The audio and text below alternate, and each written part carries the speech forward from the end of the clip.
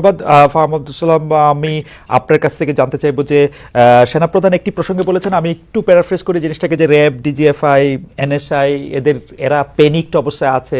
পুলিশের ব্যর্থতার কারণও তিনি আসলে বলতে চেয়েছেন 30,000 সেনা সদস্য দিয়ে যারা ক্যান্টনমেন্টে 30,000 যাবে আসবে তাদের দিয়ে আসলে এটা করা সম্ভব না। আমরা যা করছি সেগুলো আমাদের উচ্ছৃঙ্খলতা এবং আমরা পরস্পর এটার মধ্যে করছি, এরকম কিছু বলেছেন। আমি যেহেতু একদম পুরোপুরি উদ্ধৃত করছি না, সেটা নিয়ে আপনার একটু মন্তব্য শুনতে চাই। কথাটা তো সত্যই, মানে ব্যাপারটা হচ্ছে যে আমরা একটা এক্সট্রাঅর্ডিনারি ফেজে আছি এবং এই এক্সট্রাঅর্ডিনারি ফেজে থাকার কারণে কিন্তু মিলিটারির একটা যে ক্যাপাসিটি সেটা ভীষণভাবে হ্যাম্পার্ড হয়েছে।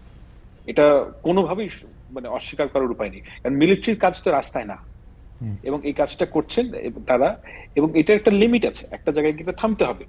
আমি সেটা বলি যে আমাদেরকে নর্মালসিতে ফেরত আসতে হবে। আমাদের যে পুলিশিং এটা একেবারে ডিপ্লিটেড, পুলিশিং এর কোনো ক্ষমতাই নেই। সেই অবস্থা থেকে আমাদের উন্নতি হয়েছে, কিন্তু ল অ্যান্ড অর্ডার অবস্থা খুবই বাজে। তো এই জন্য একটা প্রিভেইলিং আইডিয়া হচ্ছে কি যে একটা যদি পলিটিক্যাল গভর্নমেন্ট আসে তখন তাদের পক্ষে এই কাজগুলো করা সহজতর হবে, এবং অর্থাৎ মূলত স্টেবিলিটির দিকে আমাদের দেশ নর্মালসিতে ফেরত যেতে হবে। এবং সেই তারা থেকেই ওয়াকার সাহেব এই কথাগুলো বলছেন, এবং এটা তো সত্য কথা যে মিলিটারির ভেতরে যেই এতদিন ধরে যদি আপনি এনগেজ করে রাখেন রাস্তাঘাটে, এবং ল অ্যান্ড অর্ডার অবস্থাও ভালো না। So if you think about it, যে এই কাজগুলো তো আসলে পুলিশের কাজ, এবং পুলিশকে যদি পাওয়ারফুল করতে হয়, পুলিশ ডিপ্লিটেড ফোর্স, এটাকে আপনার মানুষ লোকবল বাড়াতে হবে, নর্মাল সিটে ফেরত যেতে হবে, এবং ওই গোলের দিকে যাওয়ার যে তার ইচ্ছা আমার কাছে মনে হচ্ছে দ্যাট ইজ পারফেক্ট। এবং এটাই একজন অ্যাডাল্ট হিসেবে, একজন রেসপন্সিবল মানুষ হিসেবে তিনি যা বলেছেন, যেটা আমার কাছে তাই মনে হচ্ছে। ফাহাম, এখানে দুইটা প্রশ্ন। এক হচ্ছে যে আপনি কি পরে নিশ্চয়ই আরো আমরা বিস্তার করতে পারবো, যে আপনি কি এটা বলতে পারবেন যে কেন যে কাজ পলিটিক্যাল গভর্নমেন্ট পারবে সেইটা নন পলিটিক্যাল গভর্নমেন্ট কেন পারবে না, যদি এটা আইন শৃঙ্খলার ব্যাপার হয়? এক, আর এইটা আগে একটু জি। Fantastic question. মানে বাংলাদেশের সরকার, বাংলাদেশ এমন একটা রাষ্ট্র যেটা ডিজাইনড ফর পলিটিক্যাল গভর্নমেন্ট, এবং এটা একটা নন পলিটিক্যাল গভর্নমেন্টকে এই দেশ গভর্ন করা সম্ভব না। কেননা আমি একটা ছোট্ট করে একটা উদাহরণ দিই, যেটা হচ্ছে কি আমাদের এই অন্তর্বর্তীকালীন সরকারের চাইতে অনেক বেশি পাওয়ারফুল এবং এবল গভর্নমেন্ট ছিল 2007 সালের তত্ত্বাবধায়ক সরকার। 2007-8 সালে ওই সময় একটা তারা কমপ্লিটলি, এখন তো কোনো সরকারই ছিল না 5ই আগস্টে, তারা একটা ফাংশনাল গভর্নমেন্ট পেয়েছিল। এন্ড ইয়েট আপনি চিন্তা করে দেখেন যে তাদের যে সরকারের লাস্টিং লেগেসি, একমাত্র লাস্টিং লেগেসি হচ্ছে কি ভোটার আইডি কার্ড।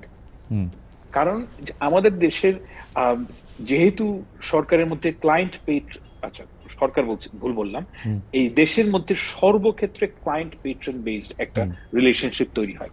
এখন বর্তমান সরকারের যেটা সবচেয়ে বড় সমস্যা, সেটা হচ্ছে কি তারা যদি বিউরোক্রেসি চালাতে যান, তাদের কাছে ক্যারেট নাই, স্টিকও নাই। স্টিক 5ই আগস্টে ছিল, সেটা ব্যবহার করেন নাই। এখন এই যে ক্যারেট, সবাই জানেন যে এই সরকার অল্প সময়ের জন্য আছেন, এবং এরপরে কি হবে তারা জানেন যে অন্য একটা সরকার আসবে, সুতরাং we must serve to that government. Okay, মানে ওই এই ক্যারেক্টারিস্টিকের এইটার প্রসঙ্গে আসবো। আমি একটু দ্বিতীয় প্রশ্নটা একটু বলে আসি, কারণ আমার কাছে মনে হয় যে আমি প্রশ্নটা করে রাখি আপনার কাছে কি মনে হয় না যে বিএনপি যেহেতু একটা ছায়া সরকার চালাচ্ছে বা অনেকটা বড় দল হিসাবে তারা প্রায় ক্ষমতায় এসেই পড়েছে, সেই জন্য এই ক্যারেক্টারিস্টিকের ওইটা আসলে কাজও করতেছে না? এটা আপনি পরে উত্তর দিয়ে আগে আপনি আমারে বলেন, সেনাবাহিনী যে 6 মাস ধরে ম্যাজিস্ট্রেসি নিয়ে বসে রয়েছে, সেনাবাহিনী এই দায়টা কেন আগে স্বীকার করতেছে না? সেনাবাহিনীর কাছে ম্যাজিস্ট্রেসি থাকলে তো পুলিশ বা সিভিল ফোর্স তো আসলে কাজ করতে পারে না, বা প্রপারলি কাজ করতে পারে না, কারণ এখানে 2-3টা ক্ষমতার কেন্দ্র তৈরি হয়, এবং যেটা আসলে সেইটা তারা ধরে রাখছে কেন যদি না পারে, বা কি করছে? মানে আই ডোন্ট থিংক যে তারা ম্যাজিস্ট্রেসি পাওয়ার থাকলে ওইটা ইউটিলাইজ করতে পারে। মানে ম্যাজিস্ট্রেসি পাওয়ার যখন দেওয়া হয়, এটা একটা ভেরি শর্ট স্প্যান, ওই ইলেকশনের আগে ওই ধরনের সময় এটা এফেক্টিভলি ইউজ করা যায়। আই ডোন্ট থিংক যে আপনি এত লম্বা সময় ধরে, তাদের কাছে কোনো ইন্টেলিজেন্স নাই, আপনি তো এটা দেওয়া হচ্ছে। মানে you and I both know যে আমরা একটা এক্সট্রাঅর্ডিনারি টাইমের মধ্যে আছি, এবং এই টাইমের মধ্যে আমরা অনেক ধরনের জিনিস ট্রাই করছি যদি কোনোটা লেগে যায়। কিন্তু এই সেনাবাহিনীকে ম্যাজিস্ট্রেসি পাওয়ার দেওয়া একটা দেশের জন্য, দিস ইজ মানে এটা কোনো লাস্টিং সলিউশন না।